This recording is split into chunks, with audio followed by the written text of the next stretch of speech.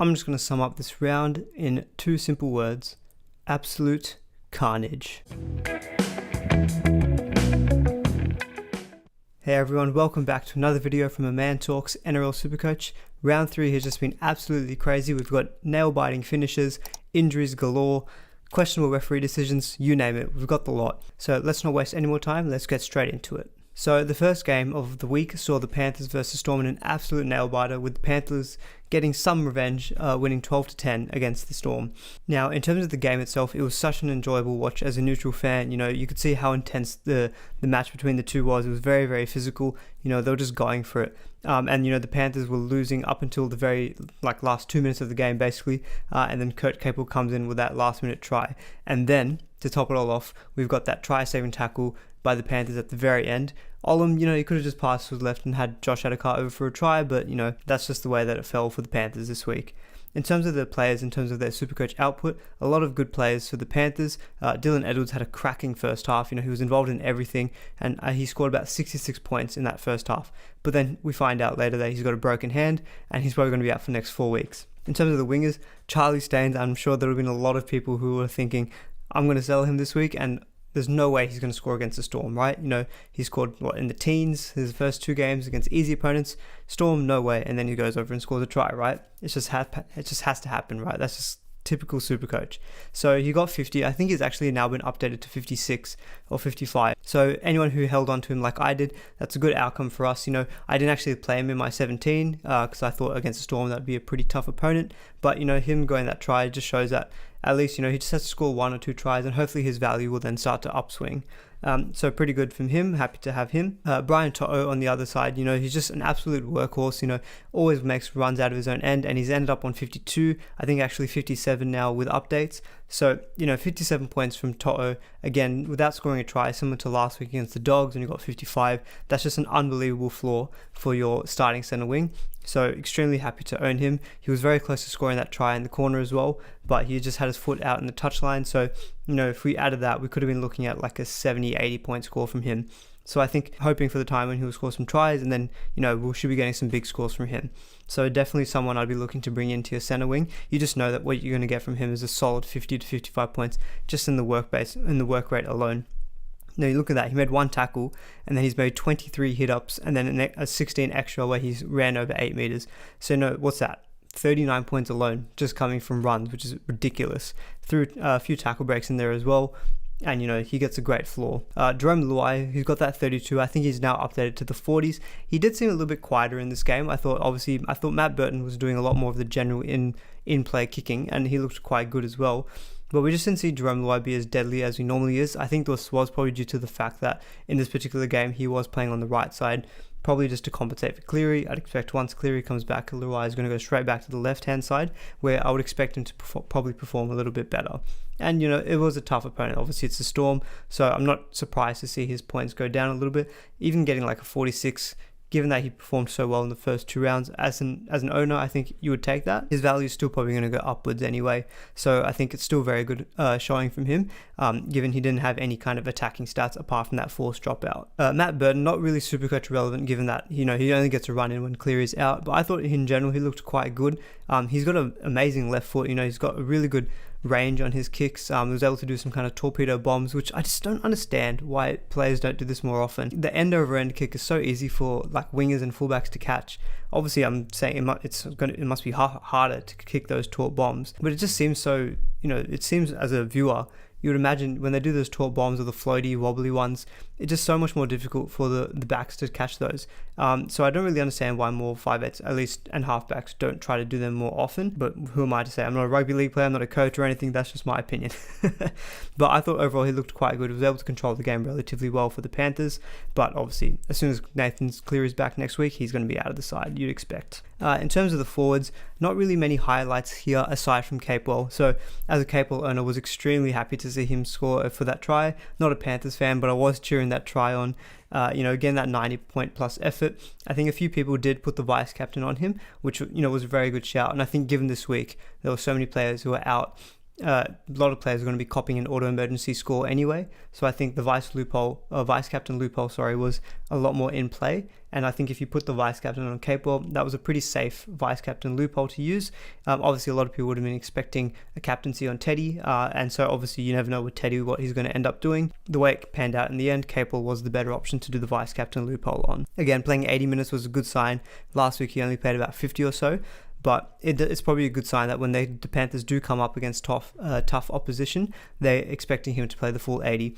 That probably was helped that Liam Martin, I think, had a HIA as well. So that probably just gave him some kind of a benefit that he was going to be playing more minutes. Isaiah Yeo has been ticking along actually quite nicely for any owners of him, coming in with a 68-point effort. I think the thing with Yeo is that he's priced pretty expensive at the moment. I think he's above 600k, and I think there are other second rowers, who are much cheaper than him, probably offering a little bit better value at the moment. But he's someone I think, maybe down the line, hopefully, if he does drop in value over time during the season, we can pick him up and, you can rely on him for a good solid 60-point average. Props a bit underwhelming for the Panthers this game. James Fisher-Harris, he had quite an extended spell on the sideline and he only ended up playing the 53 minutes. Moses Leota, only the 38. Obviously, the key thing to note here is with Dylan Edwards going down, what that means in terms of who's going to replace him at fullback. We saw Tyrone May move off into that fullback role for the second half of the game. Not quite sure if that would be the same thing that would happen next match as well. They've got a few options. I think obviously Charlie Staines was apparently a fullback going up through the juniors, so he could potentially slot in there. Same with Stephen Crichton. Apparently Mombrowski potentially as well. And then obviously they've got Tyrone May who could fill in. So it'll be interesting to see on Teamless Tuesday as to who gets the nod at that fullback spot. But aside from that, it wasn't really too much of a high-scoring game in terms of the SuperCoach points, aside from Capewell, just given that it was a relatively low point-scoring effort, 12 points to 10. But again, good outcome for the Panthers to get the win in this. For the Storm, I guess the key performers here would be Cam Munster and Brandon Smith. Cam Munster, he just looked electric during that game, and this is the thing with guys like him. You just know that he can perform well in against the tough opponents. He's that kind of a player. He plays well in the big games. So as a non-owner, it was very hard to watch him kind of tear up. He had a couple of line breaks, a couple of forced dropouts, and I was like, oh God, all these points as a non-owner is hard to watch. But you have to give it to the guy. He's an amazing player. And what he does in real life translates really well to SuperCoach too. And Brandon Smith, obviously scoring that try, I think a lot of people would have been selling him this week. And I don't, it is hard sometimes in SuperCoach when you see the player that you sold do well in the next game. I guess it always comes down to that thinking of, try to think again as to why you did that decision to make that trade. It should be more focused, I guess, on the decision making, less on the outcome, whether you thought the trade was a good one. It's easy to say in hindsight, I shouldn't have traded Brandon Smith, but someone said, his minutes were down, his points weren't going down, his price is probably going to go down with the first price change, and so you maybe made a switch to like a Reid Marnie or Jaden Brayley, and say maybe they won't perform as well as Brandon Smith this week. It can be annoying to be like, I shouldn't have made that trade, but I think at times like this, it's just one, you just have to kind of forget about the outcome and just focus on the decision you made and the reasons as to why you made it. But pretty good effort from him. Christian Welch was a little bit disappointing. I owned him and he only scored about 45, and I think he's updated to like 43. And the minutes that were a bit of concern for me, only playing the 48. I was hoping that with these injuries to Dale Finucane and Harry Grant, he'd be creeping up to say more that 55 to maybe 60 minute mark, and so hopefully get his points up to that 55 to 60 as well. But it just hasn't quite happened. He had a good game last week in terms of SuperCoach points, but this week not so much. So given that there's so much other carnage happening at the moment with a lot of people's teams, I wouldn't say he's like an immediate sell, but he's definitely someone I'm looking to maybe be a bit of a stepping stone to another gun. So say, for example, Payne Haas will come back in round 4, and Christian Welch, if he does bridge the gap a little bit, that might make that trade up to Payne Haas a little bit easier. Or for example, in my situation, I've got some dual players in my second row who I can switch to front row forward, so I can make that trade from say Christian Welch to an Angus Crichton, for example, which is something I've been looking to do maybe this week or in the week after. But yeah, not too much output from him, which was a little bit disappointing. If you invested in any of the backs, again, they didn't really do too well. I think this is a bit of a risk with the Storm, is that the points do get shared quite a bit amongst the backs. Even Adokar, he scored a try and he still only scored 40 points. He just doesn't quite have the base stats. Olam looked quite threatening, so scoring the 33 and mainly just base, but obviously he could have almost scored that try at the very end of the game, or he could have put Josh Adokar over for a try. But yeah, again, not a massive showing from him. I did recommend Olam as a bit of a pod center wing for the next few games. He didn't perform so well this game, but he's got the Broncos and the Bulldogs coming up, so you could expect him maybe to do really well in those matchups. So the next game was the Dragons versus Manly, with the Dragons taking this game out 38-12. The Dragons overall, I think, looked quite good, but I think it's maybe potentially more about Manly just not being very good at the moment. I think you can definitely put the whipping boys tag on Manly. I think if any teams play them, definitely a good team to target in terms of attacking players. I think there are a lot of points on offer when they're versing the Sea Eagles. In terms of the attacking players at the Dragons, Zach Lomax had a great game, again showing why he was such a good asset in SuperCoach last season. He scored a couple of tries, he got 28 points in goal kicks alone. I think he's updated to around 93, so very similar to what he was scored at pre-updates. And again, really great game from him. I think when you have that added goal kicking benefit and the Dragons potentially can rack up a score, he's obviously going to profit a lot from that. So he's definitely someone I think I'm keeping an eye on. I think he's still going to score below his break. He still scored below his break even, so he should hopefully be going down in value over the next few weeks.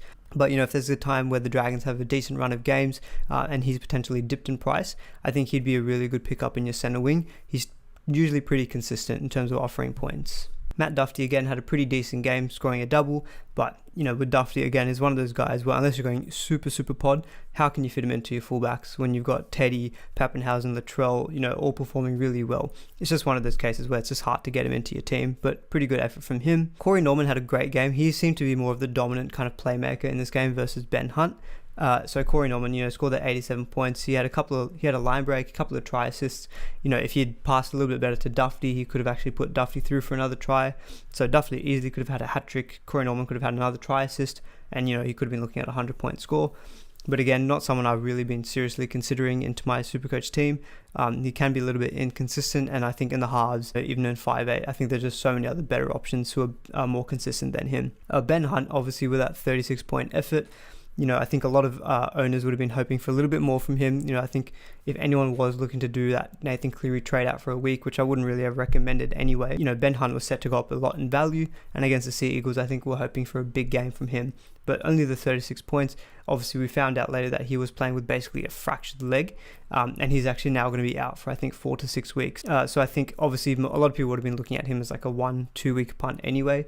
So, if you factor that into your trade plans already, it's not really a massive blow that he's injured, but probably the points that you were hoping for just weren't quite there in this particular game. He did have that late try assist, which really did flatter his score. I think aside from that, he was probably looking at like a 20-point effort. In terms of the forwards, not really many like big highlights here. Obviously, Tarek Sims got a pretty decent score, getting a try assist and a line break as well. Popular kind of cheapy options we're looking at would be like Terrell Fumeono. He scored 37, which is not in 54 minutes, I'll take that. I didn't play him. In hindsight, I should have played him. We'll touch on why my reserve selections are a little bit later. But 37 points, he should be looking to go up in value and make a little bit of coin to start the season. Daniel Alvaro, who I think was another relatively popular front row forward cheapie, only the 28 points and the 38 minutes off the bench, probably not a great sign. I think the base output wasn't quite there as to what he's had in previous games, where I think he was getting like 44 and 50. So only scoring the 28. Not a great output from him, but again, I think at his price, he would probably still be looking to go up in value. With the Sea Eagles, there's actually some good performers here amongst this game. Dylan Walker had a pretty decent game, scoring 63, but in terms of real life game, I thought he had a couple of instances where, again, he looks a little bit shaky still at fullback, a couple of drop balls, and I think he did actually get a bit of a shoulder complaint at some point during the match. Jason Saab, look, I traded Jason Saab this week for Ryan James, which we'll see if it's a good trade or not, but, I wasn't looking to play Saab anyway. He's had 2 low scores, and yes, I know cheap center wings, they can be very volatile, but he just hasn't looked like he could offer anything really in terms of good SuperCoach points. So to be honest, trading him out for Ryan James, while I did lose net on the points, Ryan James, even with that really low score that's going to be from this week's game, he's still going to set to go up a lot in value compared to Jason Saab. So to be honest, I'm not really too disappointed with that trade, even though Ryan James did have a very low scoring game. Cherry Evans obviously got that really late consolation try to kind of bump up and flatter his score to that 80-point mark, but again, I don't think he was really anyone that people were considering seriously, unless people were doing a 1-week trade from say Cleary to Cherry Evans. But he had a really high break even. He's going to set to go down in price quite a bit, So I don't imagine too many people would be jumping on him, especially with seeing how the Sea Eagles have played. They just don't look inspiring at all in terms of their attack. The one real key player I think to keep an eye on though is Josh Schuster. He had an amazing game. He scored 82 points, which I think is actually updated to like 90 points now. So the real challenge for people is with all these injuries that have happened, how can they actually get Schuster in next week? Next week, Schuster, if he is named to play again, will be the week that he does go up in price. If you wanted to jump on that price rise, you'll have to get him in within this current week's trades. He's coming off, I think, 46 in his first game, 90 points in his second, and he's priced at 203k in your 5'8 position. In that 5'8 position, a lot of people are going to be going with obviously like a gun player, like a Munster or a Cody Walker, and the reserve is probably going to be like a Matt Moylan potentially or a Connor Watson. So it's very hard. I think if you have Connor Watson, you wouldn't be looking to trade him. He's probably going to also go up in value. If you do hold Moylan, that obviously could be an easy trade from going Matt Moylan to Schuster. Moylan, I think he only scored again. I think he scored around the 40, so not a bad effort from him. But Schuster looks to go up heaps in value after that 90-point game will be in his rolling average. So it's going to be for some people very tricky, I think, to be bringing him in. Like me, for example, in my 5'8", I've got Dylan Brown and I've got Connor Watson. Unless I potentially wanted to say trade out Jacob Little, I could go Little to Watson by swapping the two and then bring in Schuster in for Little. But again, I don't even know if I'd be looking to do that because Little's probably also going to be going up quite a bit in value too. And I think just trading him out for the one price rise might not be worth it, you that how precious the trades are looking with all the injuries that are happening. So it potentially might just be one that I have to just take him, just miss him. But, if you had no real kind of injury problems with your team, and you're in a position where you can kind of make that luxury 5'8 trade down to Schuster, he looks a great cash go option for the next week. So next up, we had the Rabbitos versus the Roosters, with the Rabbitos taking this out 26-16. I went to this game, and I'll be honest, that 26-16 score does flatter the Roosters. I think the 24-6 that it was for quite a while really should have been more reflective, I think, of the way the game was played. The Rabbitos were completely dominant in this game. The Roosters had so many kind of injuries and it just didn't look like they were ever getting into a rhythm. One thing I was really impressed by when watching the game live was how good the Rabbitos defense is. Every play that the Roosters just tried to put on, all the Rabbitos players were there. If the Roosters ever wanted to shift to the edge, the Rabbitos would slide really well and cover it off. So I think their defense is actually looking really good, which I guess is one potential question mark maybe of the Rabbitos coming into the season. I think everyone knew that they could score a lot of points, but they've been touted as potential premiership favourites, and premierships are always won on a good defence, but they really showed having a good solid defence against the Roosters. A lot of key players in this, I think it's always going to be the left side players of the Rabbitos. So Latrell did really well in this game, getting in the 60s. He looked very threatening again down the left hand side. Dan Gagai had a great game where he scored that try and set up one of his own. And Cody Walker, I think, was the real winner here. He's on 89, but he actually updated, I think, to 95. Scoring that double. Plenty of tackle breaks thrown in there. The couple of line breaks, and this is what you get from Cody Walker again. He didn't quite do as well as what he did against the Roosters last year with that 200. Just the 95 though. Not too shabby though. But again, he's someone I'm looking to really bring into my team, I think, over the next few weeks. I think they've got games against the Broncos and the Bulldogs coming up. So, those are prime matchups for the Rabbitos where I think they can score a lot of points. And he's shown as well that he can score, big points against the top teams, similar to Munster. So, really, Walker and Munster, again, this week, really showing their value, I think, as the gun 5'8s to go for. I think with that 95-point effort, he's still going to go down in price a little bit, given that he had a relatively low score against the Sea Eagles. If anyone doesn't have Cody Walker, I think it's a good time to snap him up this week with the easy games coming up. One person I did kind of tip as potential vice captain or captain option was Damien Cook, but it was one of those games again where he just didn't really need to be involved as much as he was, say, in the last match against the Sea Eagles. On a dry track, they were able to spread the ball a lot easier than, say, last week, and so that really benefited the edge players and the left side, like Latrell, Cody Walker, Dan Gagai, for example, and not so much work during the in the middle of the field. But the Rabbitos forwards, though, were really on top of the Roosters forwards. They were just rolling up the fields. Just watching them live, they just seemed like they were so much bigger and more dominant. They were just rolling up the field.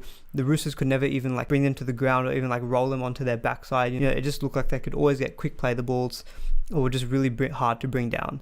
And so I guess that really doesn't translate too well into the SuperCoach points, because it really seemed like a really good joint effort amongst them. any of the ones I would probably go for would be, say, Jai Arrow, I think. But he seems to have found a bit of new life at the Rabbitos. And he's providing pretty good value at his price of like 470k. I think he's averaging into the 60s at the moment. So very good pickup, I think, if anyone's looking to maybe get into that Rabbitos forward pack. Obviously, Cam Murray would be the kind of the gold standard, I guess, of them, but I think he only updated to about 55, so he hasn't really done as much, I think, as a lot of owners would hope for. In terms of the Roosters, the only two players who performed quite well were Takayaho and Tedesco. So Tedesco, he finished on 67 pre-updates, but I think he's updated to 74, which again, pretty solid effort from him. I captained him, and as I imagine a lot of people would. A 75-point game, you'll take that from your captain every week. I think with Teddy, we're probably just used to the 100-point scores, so that's what we're always hoping for. But, he was able to get that try off the kind of, that knock-on, so he was able to get some points there. He was able to also get like a goal, which was good. Just bump up his score a little bit. And Takayaho had a really solid game. Played big minutes and got through a lot of work. As you can see, he made 48 tackles with a lot of runs, and he had a goal kick in there too. So as an owner of him, very happy to see that kind of points effort. The backs obviously just didn't really get a chance, scoring only the 3 tries. Brett Morris obviously got a bit of a consolation try towards the end of the game, which would have been good for a lot of owners. I think without that, we would have been looking at a 20-point game. But still, 37 versus those 100-point games is obviously a big drop off. The big thing here with the Roosters is the injuries that they got this round. Lachlan Lamb, firstly, I think he's going to confirm now like an MCL injury, and I think he's expected to be out for maybe 4 to 6 weeks. Luke Keary, really sad to see that he's done his ACL and he's gone for the season. A lot of people would have been looking on Keary after he's had a really good first 2 rounds, but this is where SuperCoach gets so cruel, right? You bring in a player hoping for big things. He only scored the 30 points, but more seriously, he's done his ACL and he's out for the rest of the year. That's another trade that you're going to have to use. So I guess this probably does show that with the faster game in general, with the new rules, maybe it is more worthwhile holding onto trades. If you have a fit player who's doing okay, but not amazing, it could be worthwhile just to hold them and just bank the trades for injuries, suspensions, and things like that. Because it seems that these injuries are happening more often. So I think there's a valid argument to be holding your trades more. Probably something I haven't really done myself, to be honest. But I think with these early rounds, you do want to set up your team nicely. I think it's more like during the next, say, rounds up until the origin period is where you can maybe start to consolidate and hold trades as you have kind of built your team in a good state. And Lindsay Collins as well had that really bad head knock, and he was taken off the field. He was looking quite good for the Roosters as well. He was probably, in my opinion, maybe their best forward. Watching it live, he looked probably the most impactful. A shame to see him get that HIA. We'll have to wait and see on how he does. Angus Crichton as well, who I don't actually own for this week, only scoring the 59, I think he updated to. So as a non-owner, I'm happy to see only a 59. Obviously he can score a lot higher than that. But overall for the Roosters, it just wasn't the game for them. They would just come up against a red-hot Rabbitos team, and it just wasn't their day. And they just didn't look that strong overall.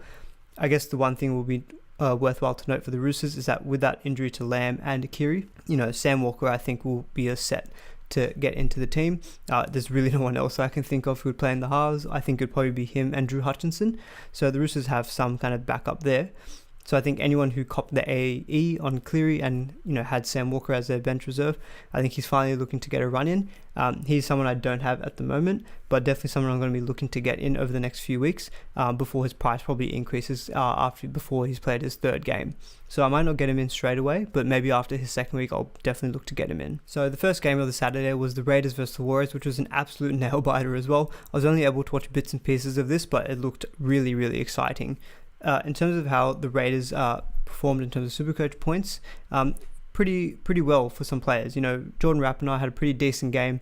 He almost scored that try on the sound of the buzzer at the very end, and would have given the Raiders the win, but just didn't quite make it. But again, he scored 78 points without scoring a try, which is a pretty good effort from him. He had a try assist, a line break, some good attacking stats from him. I think if anyone has picked up George Williams, I mentioned he's doing really well, obviously scored that try. And Jackie Whiten also scored a try too, but only getting the 57, which I know, if there were owners of him, if you're scoring a try, you'd hope for a little bit more, getting into, say, the 70 points. But, you'd take that still as an owner.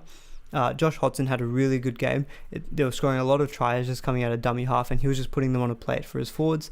I think he got the try assist for Soliola and Ryan Sutton, and that's the kind of impact he can have. I imagine he would have been pretty heavily sold this week though. A lot of people probably would have been looking to do that Josh Hodgson to Jaden Brayley trade. So again, it's one of those things where, if you did sell him, don't be too upset with him doing really well. Obviously Brayley, can do very well too. And you had to focus more about why you did that trade, which is to maybe increase the cash generation. Brayley's looked really good. So, focus less on what Hodgson has scored after you trade him out and on the reasons as to why you did that trade. Ryan Sutton coming out of nowhere, I don't really think he would have been too popular. Obviously with Hudson Young coming out of the side, he would have had a lot of new owners after doing really well in the first 2 games. So unfortunate for anyone who brought him in. But I guess the story of the day for the Raiders was the bench, or the lack of the bench, because how many injuries they had.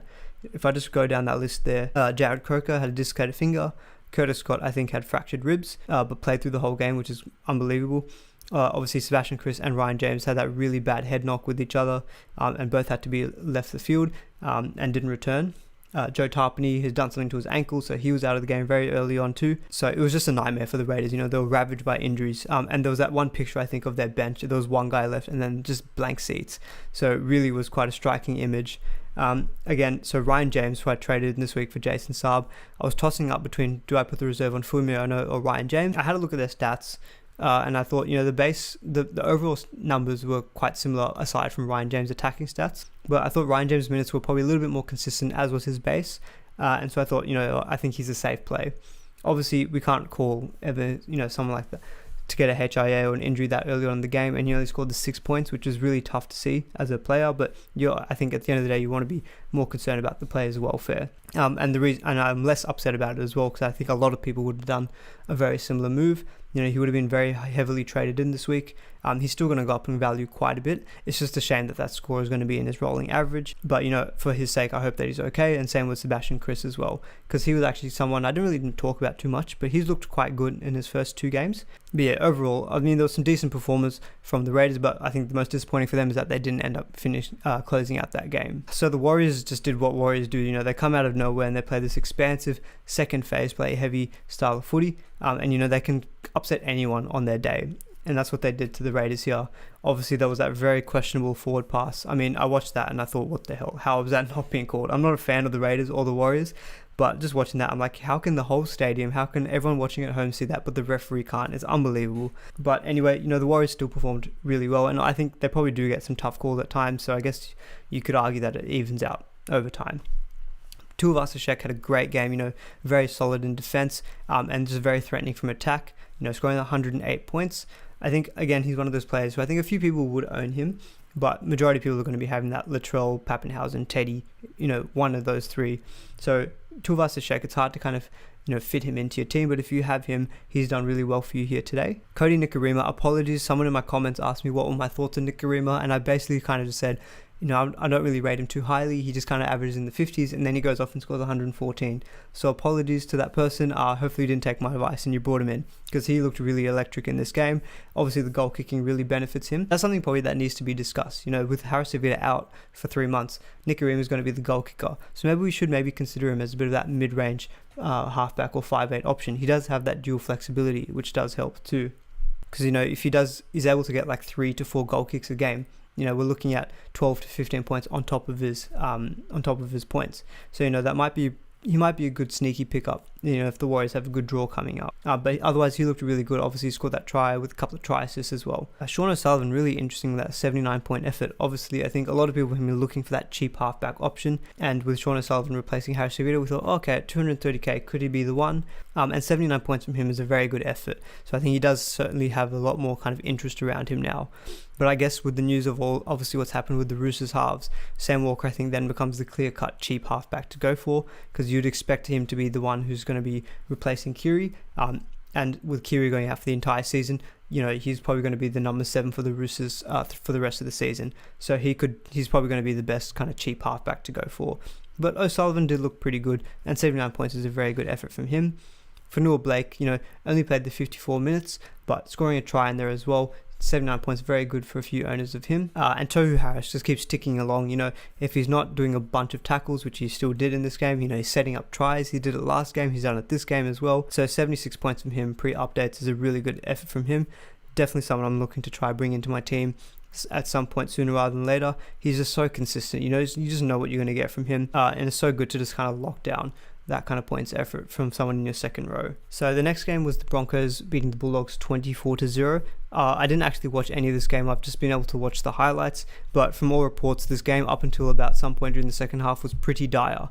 I think it was I think the Broncos had just got a penalty goal and that was it. Just the try highlights, and Jermaine Osako actually looked really involved. So I think he would have been pretty popular coming into this week with a negative break even.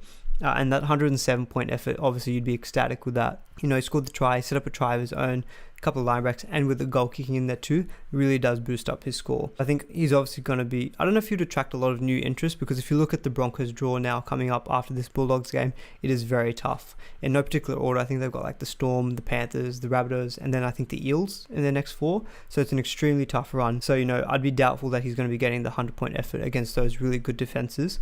But, he'll still make you some quick cash to begin the season, which is very handy. Tessie New with the 38 pre-updates. Obviously, you'll take that from your cheap center wing. He looks to be, of the cheap center wings, aside from, say, Dane Laurie, probably the next best one to have in your team. He seems to be still getting around that 30s, 35 without any attacking stats. And if you do add in the attacking stats like we saw last week, he can easily get a big game in the 80s and 90 points. And David Mead had a pretty good effort from him too. I think a lot of people who would have jumped on him, 57 points, would be pretty happy to see that as well. Tavita Pangai with a 68-point effort in the 57 minutes. Again, pretty good showing from him. 68 points with no attacking stats apart from that line break assist. I did kind of put him out there as a bit of a punty captain option against the Bulldogs. But, again, didn't quite maybe reach the level that you were thinking with the previous 2 games scoring in the hundreds. But, if you're an owner of him, I think you'd be very happy to hold him. Definitely someone I think a worthwhile target to trade in. The tough games against those really, those top kind of 6 teams that I just mentioned there, doesn't really matter so much for forwards. It's more about their work rate. And I think that actually probably be relying on him a little bit more in those tough games. I guess the question mark is then, with Payne Haas coming back next round, how does that maybe impact his minutes? So I think if you own him, that's great. I wouldn't really be too concerned. If you don't own him, it might be worthwhile to maybe see 1 to 2 games to see how his minutes are and what his impact is with Payne Haas back in the team. So then you have a little bit more information as to whether he's a good target, and before you bring him into your team. Apart from that, Pat Carrigan had a pretty decent game, scoring 65 with a pretty decent PPM, only in the 64 minutes. But I don't really think many people are going to be considering him that much at the moment. He had a pretty low score in the last game. And I think there's just so many other good second row forward options at the moment. And he doesn't really offer that much kind of upside. Cheaper than him, you can go for Barnett or for Feeder at the moment. So, I don't really think he's really in many people's calculations. Oh, guys, my webcam has died again, but that's all right. We'll just crack on through. So, speaking about the Bulldogs against the Broncos, again, this is one of those things where they just don't seem to be able to score that many points. Even coming up against the easy guys, they just don't seem to have any kind of attacking flow, which is kind of surprising. I think a lot of people would have been thinking that with Trent Barrett coming to the side, the way that he kind of was able to improve that Panthers attack, I think a lot of people would have been hoping for the same for the Dogs. It just hasn't quite clicked yet. So I think it's one of those cases where potentially if you have any of their attacking players, for example, say Averillo still, I would probably be looking to sell. If they can't really get the points against, the easier guys, we can't really expect too much more against maybe the tougher opponent. So I think if you're an owner of, say, like an Averillo, I would definitely be looking to sell him. There's plenty of other good kind of center wing options, I think, around his price to go for, like potentially like a Blake Ferguson or a Jermaine Osako, who we kind of just touched on. I think with the Bulldogs, where you want to be looking at is the forwards. In terms of the forwards who did well, Adam Elliott, again, in the 80 minutes, had quite a good effort, scoring a line break with decent work rate too. So he's definitely someone I think you can consider. Corey Waddell, who is probably going to be the starting second rower, with Raymond Faitala-Mariner being out. The 51 points in 80 minutes, not as impressive, but I think, if you look at his price, which I can't quite remember what it is, he could be some decent value. I think Josh Jackson is the one that most people would be looking at. And, after coming off that 75-point effort last week, the 49 in the 68 minutes, I think the 68 minutes is a bit of a concern. I think a lot of people would have been hoping for, say, like 80 minutes, because if you did play those 80 minutes, he probably would have got another 5-6 points to get to around that 55 average that we'd probably hope for at his price. But again, he still showed good work rate, but he just doesn't really have the upside, I guess. But, if you want your consistent kind of 55 points from like a reserve second rower, he's definitely someone I would still looking to be considering. So the final game of the Saturday was the Eels versus Sharks, with the Eels taking this one out 28-4. Now, I think the scoreline does kind of reflect quite badly on the Sharks, but I don't think they performed that bad. I think it was just towards the end of the second half where they let in a few tries. They were probably fatigued after doing a lot of defending on their own line. But, the Eels, again, they looked quite good with some good performers. I think the main ones to look at in terms of the attacking players from this particular game, Gutherson looked really involved as well. And I think once Moses went down, then, he looked, obviously with the goal kicking, he was able to boost up his points a little bit more. But he just looks a lot more involved in the attacking plays, which is something I flagged pre-season, is that when Moses is out of the side, Gutherson really does take on that kind of 5'8" role. Already the modern fullback does do that, but he just does that even more.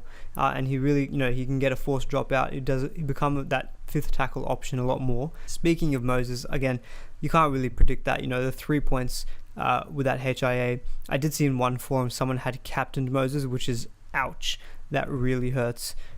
So yeah, feel real sorry for that person. In terms of the right side of the Eels attack, Niokore and Blake Ferguson looked like they've got a really good partnership going on there. Niokore looks really good, he's really solid in defense against the Storm, as we saw last week, but he's able to turn it on in attack. He's able to do that little flick pass for Ferguson's try and get the try assist, and I think Ferguson is really profiting playing outside of him instead of Wanga Blake, who just never passes the ball really. So I think if you're a Ferguson owner, you're very happy with those 77 points, scoring a couple of tries. Obviously his second try was a little bit fortuitous just at the end of the game, but doesn't matter. At the end of the day, we look at the points and he got them. On the other side of the field, Mike Acevo with the 58 points, pretty decent effort. He did have to come off the field with an HIA, but he did return and I think was all clear. And he scored that try. And so I think, if you're looking for a punty centre wing option, Acevo could be the way to go. He can have those real stinky games where he scores like in the teens, but he can have these crazy high upside games. And they've got a few games coming up which are at Bankwest Stadium. And he does very well there. I think his record is now 27 tries in 25 games there. So I think, he's definitely someone that you could look to bring into your centre wing. Dylan Brown, who I do own, again, he doesn't have a bad floor. He scored about 39 points without any real attacking stats apart from that one forced dropout. But there comes a point where I think I have to kind of look at him and not just be impressed by the base. I need to see the attacking stats in there as well to justify his continued inclusion, I guess, in my team. They do have a good draw coming up, and I do like how he looks in real life gameplay. So I am loath to get rid of him. I think obviously with trades being so precious now with all the injuries that are happening, I'm potentially looking to hold him. But when you've got guys like Cameron Munster and Cody Walker looking so tempting, it is hard to kind of not press that trade button for them. But something I'll probably look to do in the next few weeks is look at a way where I can potentially upgrade my reserve 5'8" and maybe just hold Dylan Brown. He's probably going to go down in value quite a bit as well. So I think if I were to sell him, I would lose money on him. But if he stays in my team, there's no impact, I guess, on my squad value there to an extent. The forwards here for the Eels, again, some good performances. Campbell Gillard with that 101, obviously flattered by that try and the try assist and the line break. But, he did have a bit of a tear last season where I think he had like 5 or 6 games where he was scoring in the 80s. But he did typically regress. So I think I wouldn't read too much into that 100-point game. I don't think he's a real serious option when you've got guys like, say, Junior Paulo, Takiaho, and Payne Haas, who is coming back ahead of him in the pecking order. Isaiah Papali'i, again, had a pretty decent game, scoring the 48 points in his almost 80 minutes, playing the 74. I think Ryan Madison is expected to come back into the Eels side next week. So obviously would expect Papali'i to go back to the bench. But even when he was playing on the bench, he was scoring like in the 40s and the 50s. And so I think he's still a pretty decent kind of mid-range second row forward option to go for. Reid Marnie with the 53 points. Obviously he was extremely popular this week, given that he's going to go up in price a lot this coming week. And I think as an owner, you would take the 53 points from him. He's got that good blend of probably offering some decent points and cash generation. And he still looks quite threatening in the attack. So I think he's still a very good hold. And definitely someone, if he continues to perform like this, I think he has to be taken a lot more seriously. And if he is potentially gone up to that SuperCoach gun status. So the Sharks, again, the Sharks, similar to the Raiders, were just ravaged by injuries in this game. I think top of my head, Will Kennedy, that HIA, Katoa had that knee problem, Britton Nakora had a HIA, Wade Gradham had a HIA. So, they were just absolutely decimated. So obviously a lot of the forwards had to play some big minutes. Really at the Sharks, I'm not really looking at too many of their forwards. I think Toby Rudolph, who was popular from last year, he scored the 68, which is a good effort, but I don't know if I would expect that from him every week. And I think there are a lot better like second row forward options around him. In terms of the backs, again, not really a team that I'm looking to target too much. I think I didn't really put too much stock into their attack without Shaun Johnson. I think it's more of a case of when he comes back and they seem to be clicking, then I'd be looking at some of their attacking assets. Obviously, the most popular one would be Matt Moylan. Pretty decent effort from him, actually, scoring the 48 points. I think a lot of people would still have sold him this week, looking to get in like Jaden Brayley or Connor Watson, for example, if they didn't have him. But I think Moylan is still looking to be a decent kind of cash cow option. The one thing I would say with Moylan is that if you don't have any kind of issues with the rest of your team, I think he looks still an okay sell to the likes of Josh Schuster. So I think Josh Schuster looks to be like, he looks a great buy overall in terms of how he looks in real life gameplay, and he's delivering the SuperCoach points. You know, with the injuries that they've got in the Manly second row, I think he's got that position down for a few more weeks, at least until Curtis Sirinen comes back. Obviously, at that point, he might drop out of the side, but there's no reason as to why it might happen to, say, Gazzeski either. So I think Schuster looks to be a good cash cow option to bring in, and Matt Moylan could be the guy to make way for him. You know, you'd pocket a lot of money on the trade alone, and with Schuster going up in price as well. Aside from that, though, to be honest, not really many Sharks players that I'm looking at for. So the final two games of the round were the Newcastle Knights versus the West Tigers, and the Tigers a little bit of an upset here, taking the win 24-20 over the Knights. Now, to be honest, I watched a bit of this game, and the Knights just looked really, really sloppy. You know, I think at one point they had like 18 handling errors. You know, this game was very winnable. If Mitch Barnett just kicked those two very gettable goals, you know, they would have at least matched the Tigers for their score, and, you know, could have kicked on for potentially the win. You know, some of the players that were very commonly owned for SuperCoach, you know, still did very well for us. You know, Tex Hoy, who's obviously a very popular cheapie, he had a really good game, you know, chipped in around the field, was able to get a try assist of his own, you know, a couple of line breaks, so a lot of good attacking stats for him there with a big 93-point effort. So if you held on to him, he should be a really good cash cow up until the time when Kalen Ponga comes back. Shibasaki had a really, really questionable game under the high ball. You know, by the end it looked like his confidence was just shot. You know, the Tigers were definitely targeting his side. And he just had so many drop balls, but I don't think he's really too relevant for us for SuperCoach, but you could tell that in the game he was really struggling under that high ball. David Clemmer again playing really, really big minutes, 72, and he scored 74. So, you know, if you've owned David Clemmer since the beginning, he's put together some really good scores, playing big minutes. So I don't know whether that's going to be sustainable or not. I think that probably would have been helped with Jacob Saifidi getting that leg injury fairly early into his stint. But, you know, again, that's the thing that you'll expect from Clemmer. He just puts his hand up, goes through a lot of work regardless of how many minutes he's going to get. Jaden Brayley, again, really, really good outing from him, getting that 80 points. You know, obviously he laid on the try for Mitch Barnett from dummy half, which is what we've kind of seen in the past 2 weeks. So again, very, very happy to have him. Obviously, I think he was probably one of the most popular trades in this round, and as you can see why. You know, he's been able to get some good points, and he's definitely going to be a good cash generating option too. If he keeps up at this rate, which would be amazing. You know, he is definitely a genuine keeper. You know, he's got scores above 80 in all of his games, and I think, you know, he puts in a shift as well, getting 51 tackles. So, you know, that's the kind of thing that you want to see out of your dummy halves in SuperCoach, you know, making lots of tackles but having a bit of attacking threat as well. Dan Safidi, again, also had a very bit of a bounce back game. You know, he obviously had that tremendous round 1 score, bit of a low score last week, but he's come back again with a good 70-point effort in this game too. I think the game was very forward dominant. Tyson Frizzell, who I'd kind of mentioned as a bit of a pod forward, he's actually done really well in this game too. You know, he's basically scored about 48 in base from his tackles and his hit-ups, but he was able to get that try and a line break thrown in there as well. So Mitch Barnett with the 71 points, bit of a love-hate relationship. Obviously, I'm very happy with the 71 points, but I think I was being a little bit greedy, and I really wanted his goal-kicking points too. You know, he scored the try and got the line break from that ball that Jaden Brayley laid on for him. But he was very close to scoring his second one as well. He just knocked it on over the try line. But having him miss those 2 really gettable goal kicks was a concern, because, you know, we saw that he got the goal kicking duties taken off him midway through the game, and it was given to Tex Hoy. That does potentially spell some bad news for his prospects moving forward. You know, obviously we could potentially just say that, you know, he had a bit of an off game, so the duties were taken off him, but he'll get them back from next week onward. You easily could just be, well, Tex Hoy kicked him well, so we'll give it to him, and Barnett's appeal, you know, as being that goal kicking second row forward, is gone.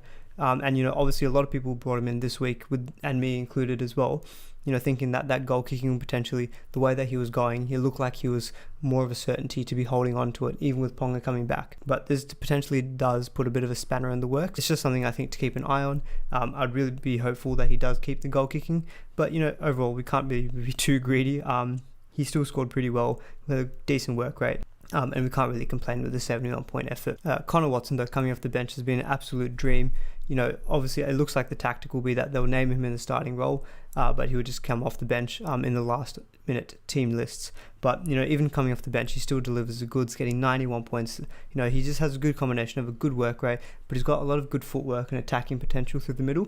And he really made an impact at when he came onto the field. He was able to contribute a line break assist and a try assist for Mitch Pearce, and was also involved in the build up to Tyson Frizzell's try when he offloaded to Texway. So overall, I think Connor Watson is an incredibly good, good value Supercoach player.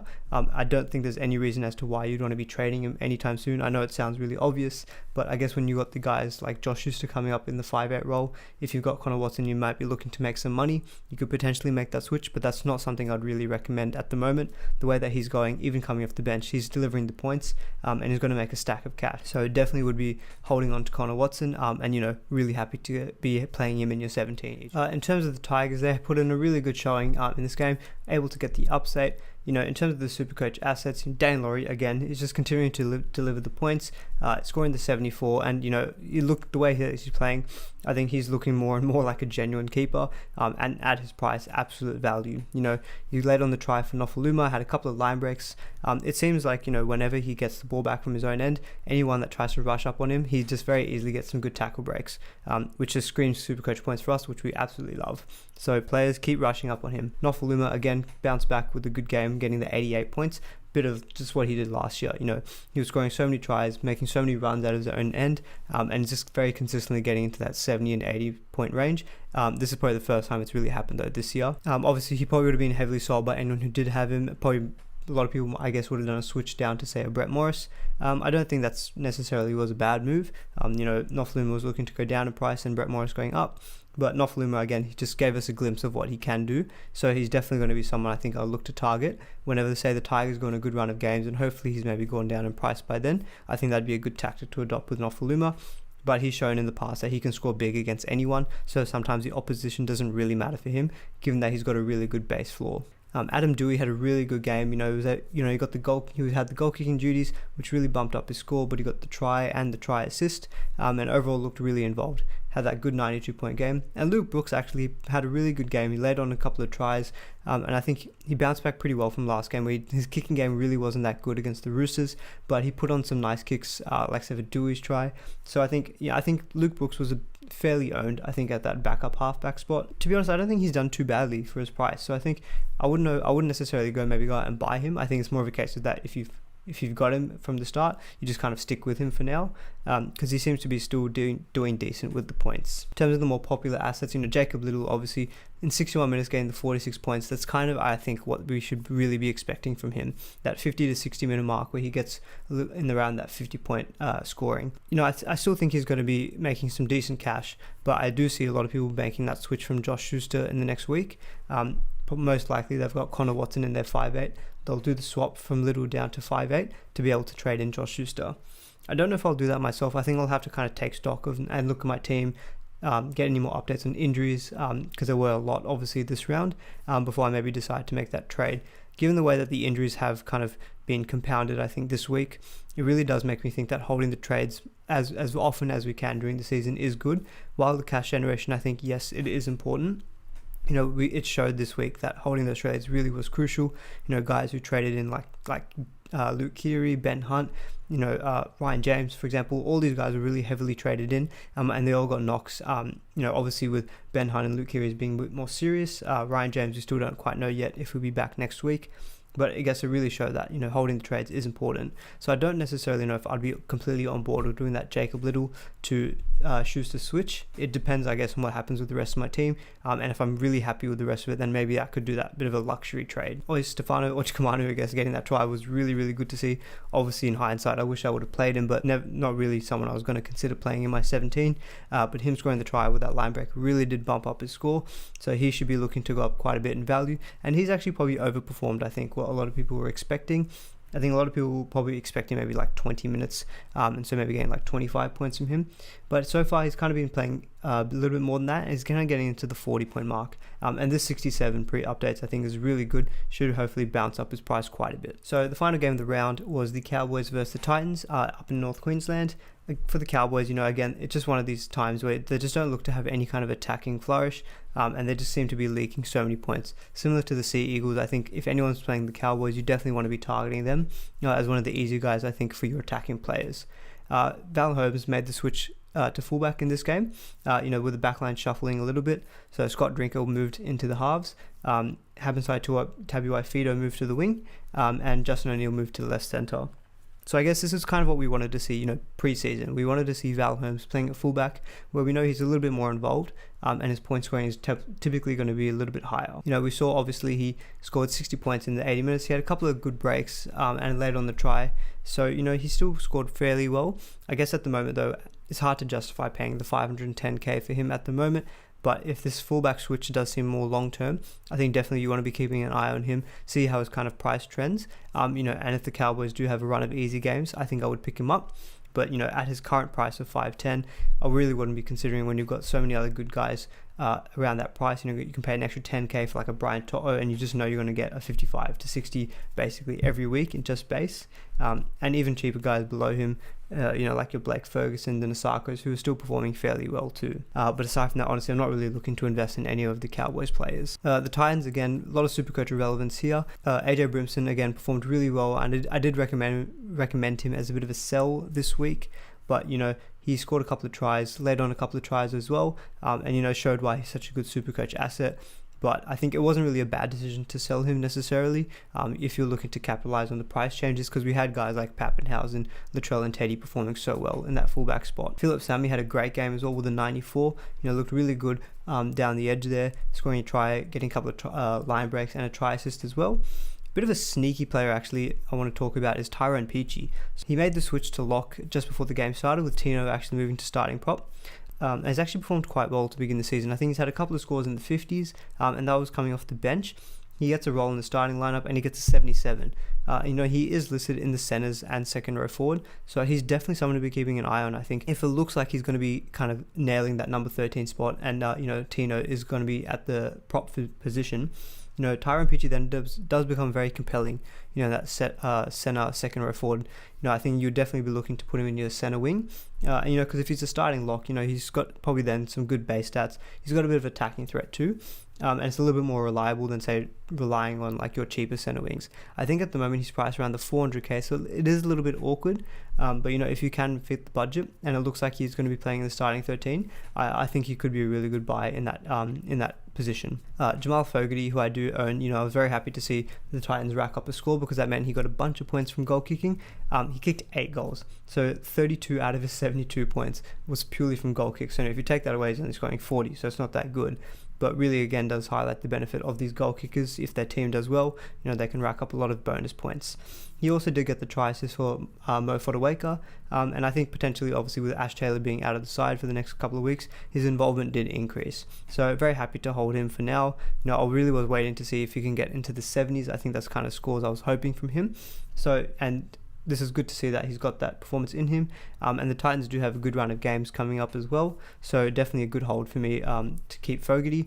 The only question mark I guess I will have is that if Sam Walker, obviously I'd expect him to be playing in the number 7 role for the Roosters now, and he'd be a very, very good cash cow option. Fogarty at the moment is my backup half, so it might be a case where in say 2 or 3 weeks I might have to potentially trade Fogarty down to Sam Walker, just to kind of capitalize on firstly get the price rise, and potentially also use that money to spread around the rest of my team. So that's kind of a decision we'll have to see in the next couple of weeks. Fortunately, I won't have to make that call right now, but if he does keep performing like this, it will be harder and harder to justify selling him. Tino getting the 56 points in 57 looked really good coming in at prop. I think he obviously had a couple of handling errors, but the 56 and 57 minutes, I'll take that at his price.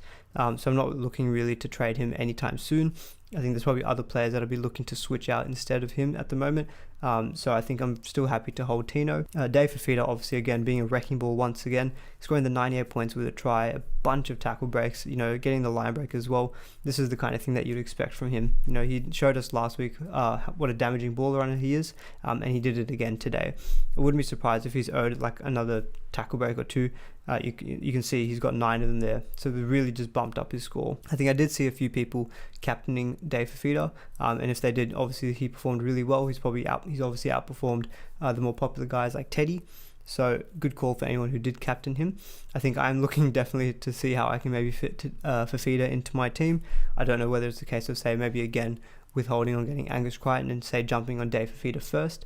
The Titans' run of game, I believe, is quite good as well. So that definitely does spell some good news for Fafita and definitely some good games coming from him, hopefully, in the next few rounds. All right, guys, I thought it wouldn't be really fitting for this round to not show the carnage that it was, but as you can see, there were just so many injuries here. I'm not even going to count. I think there's like 30 players there. Obviously a few of the big ones we knew coming into this round, like Cleary, Pappenhausen and Madison, but the amount of injuries that were copped during the week was just unbelievable. So again, this is something I just want to maybe to highlight on its own slide, that it was just carnage this round basically, which really I think just does maybe emphasize the point of holding on to those trades. If there's some kind of player who is fit and he's giving decent points, maybe it's better to just consider holding them. While some other player might be more appealing, having those trades in the back pocket for these kind of get out situations with injuries, I think definitely will prove valuable over the season. It just seems that the way that the rules are, the way the game is played, a little bit more pace in it. The players do seem to be picking up a little bit more of those kind of muscle injuries. Obviously, I'm not a doctor at all. That's just kind of my own observation and something that other players and fans have also mentioned too. So I think that is something to be keeping an eye on and be mindful of. Obviously, the big guys here would probably be like your Ben Hunt, who I think was very popular, your Luke Keary's, for example, your Hudson Young, your Ryan James, again, were very popular assets too, and Mitchell Moses to an extent as well. But again, obviously we'll have to kind of wait and see on team lists and more info throughout the next week as well, as to the kind of expected return of a lot of these players. Right, guys, well, that's my thoughts on round 3. It was absolutely definitely a roller coaster of a round. Pre-updates, I finished my score at the moment on 1075, which I don't think is too bad of a score. I feel like par is around that 1050 to 1100, so I feel like I haven't done too poorly, but I haven't really excelled either. Just kind of one of those weeks where you just kind of hover where you're at. But we'll see how the updates fall in. At one point, honestly, I thought I was not going to make it over 1,000, but I think the Knights game and the Titans game really brought it through. I had some good performers in there. So at the moment, pretty happy, and I'll give a final update on my score once we find out tomorrow after lockout. One final note for me, I am going on holiday throughout this week, so I'm going to try to maybe put out another video on like the team list and potential captaincy options, but I'm actually going somewhere quite regional and I don't actually know how good the internet's going to be, but we'll see how I go. So if there isn't any more content for this week, that's probably going to be the reason why, but I will try to put out something. It just probably won't be quite to the standard that I'd hope for. But guys, that's it. That'll be the end of the video. If you did like it, really would appreciate a thumbs up, and do please consider subscribing, as I'll be continuing to put out more content throughout the 2021 season. But until then, I'll see you guys in the next video.